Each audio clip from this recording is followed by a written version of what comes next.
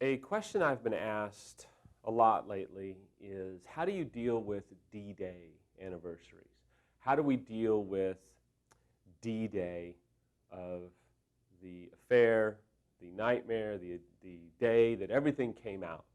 Oddly enough, in just 2 days, it will be 11 years since my initial D-Day.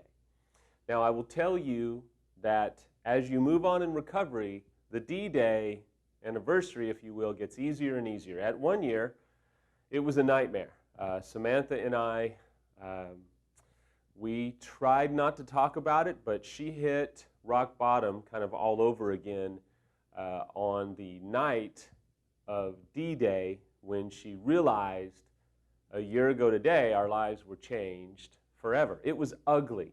It was as if the years' worth of labor was erased. It was as if we had done zero recovery work. It was as if D-Day was just yesterday, and she was flooding, and she was emotional, and her heart rate was spiking, and she got surrounded by this haze and malaise of triggers and reminders and intrusive thoughts and agony and nonstop crying. I'm sure I'm making sense with a lot of you, to the point where I reached out to Rick, and I didn't even know him as well as I knew him a year and a half or 2 years into recovery, but I was like, I'm dying, I need help.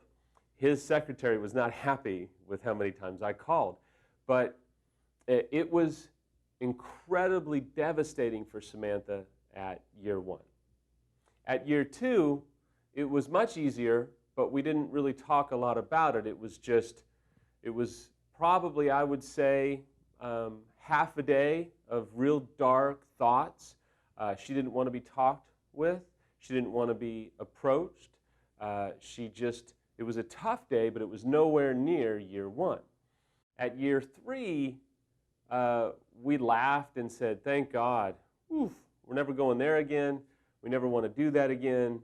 And there wasn't a dark fog or malaise at all.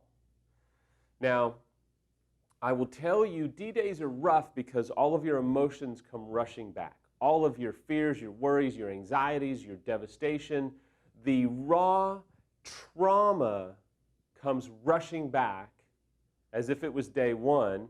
And for some people, you could be 2 or 3 years down the road, but that day is reserved as hell day. And it's okay.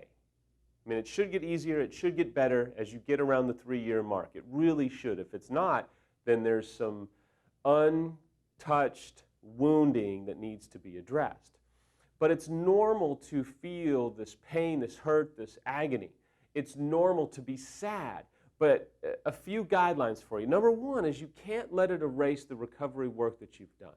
Number 2, you have to realize that it's really not real. Now, when I say that, I can feel the claws coming. What I mean is, it's not real from the sense of, wait a minute, you've done a lot of recovery work. You've moved the ball down the field. You've been doing relatively well. Just because you're swarmed with reminders and triggers and emotions and thoughts, that doesn't mean that that is the whole scope of your recovery. It just means you're having a bad day.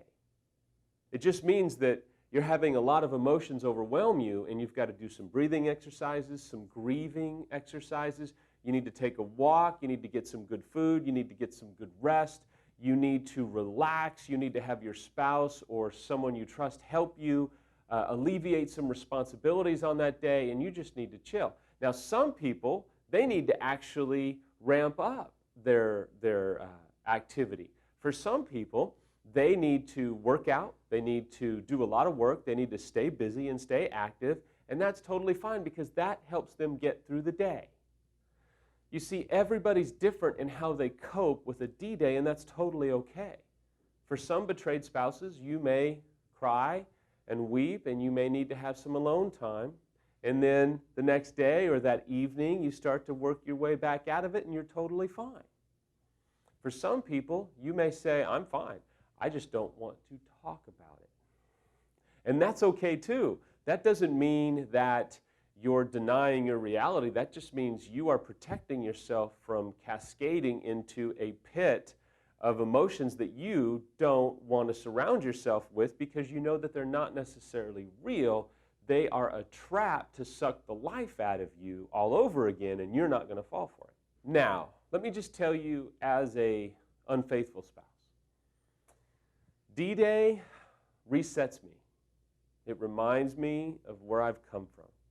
It reminds me of how good God has been to me. It reminds me of how much I love my life and appreciate my life. It reminds me of what I'm capable of if I'm not living a recovered lifestyle. It reminds me of how many people I hurt and devastated. It reminds me of how far we've come. It reminds me how beautiful my life is compared to what it could look like. It completely produces in me a gratitude and a joy for who I am now and who I am no longer and never want to be ever again. Yes, there's still sadness. Absolutely. There's a sadness in me for what I did. There's a grief in me that'll never go away.